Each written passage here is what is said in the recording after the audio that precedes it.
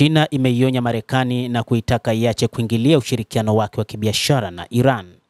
Msemaji wa Wizara ya Mambo ya Nje wa China ameionya Marekani kwa kuitaka iache kuingilia ushirikiano wa kibiashara pamoja na kiuchumi kati ya China na Iran. Wizara ya Mambo ya Nje ya China imetangaza katika taarifa yake iliyotolewa siku ya Ijumaa kwamba Marekani inapaswa iache kuingilia ushirikiano wa kibiashara kati ya China na Iran.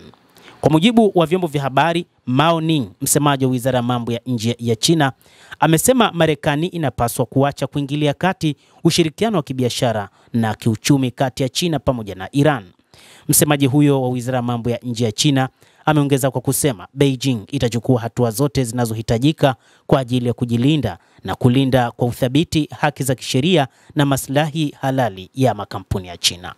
Hayo yanajiri baada ya Wizara ya Fedha ya Marekani kutangaza kuwa imewawekea vikwazo vipya baadhi ya watu, taasisi na meli kadhaa za Iran, bila ya kuashiria namna viongozi wenyewe wa Marekani walivyokiri kuhusu kufeli kwa kampeni ya vikwazo vya juu kabisa dhidi ya Iran iliyotekelezwa katika muhula wa kwanza wa rais wa Marekani Bwana Donald Trump.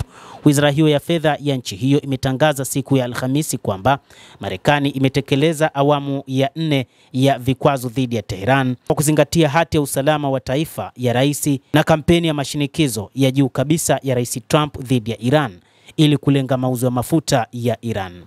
Kama ilivyoelezwa katika taarifa ya Wizara ya Fedha ya Marekani siku ya Alhamisi, Washington iliongeza kwa kusema kwamba raia mmoja wa China, makampuni 13 na makampuni 8 yenye uhusiano na Iran katika orodha ya vikwazo dhidi ya Tehran yatawekwa. Taarifa hiyo ilidai kwamba makampuni yaliyowekewa vikwazo yako nchini China.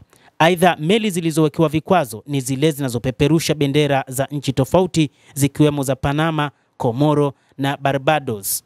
Hata hivyo, katika kipindi ambacho Iran imenufaika na Uchina ni katika kipindi ambacho Marekani iliwekea vikwazo nchi hiyo, hasa juu ya uuzaji wa gesi pamoja na mafuta, ambapo China baada ya kuanzisha ushirikiano na taifa hilo la Kiajemi imeamua kushirikiana kwa dhati, na kuna mikataba kadhaa ambayo ilisainiwa, lakini pia ushirikiano wake katika BRICS umeifanya nchi hiyo kuwa na ushirikiano wa karibu pamoja na Iran.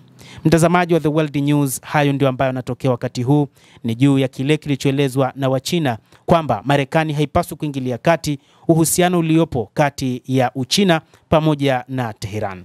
Mtazamaji, endelea kutufuatilia kupitia The World News, lakini pia nawe una nafasi ya kulike, una nafasi ya kucomment, kadhalika na kusubscribe channel yetu hii. Utakuwa ukipata habari hizi kwa mapana hapa The World News. Jina langu ni Adam Hussein, endelea kuwa nasi wakati wote.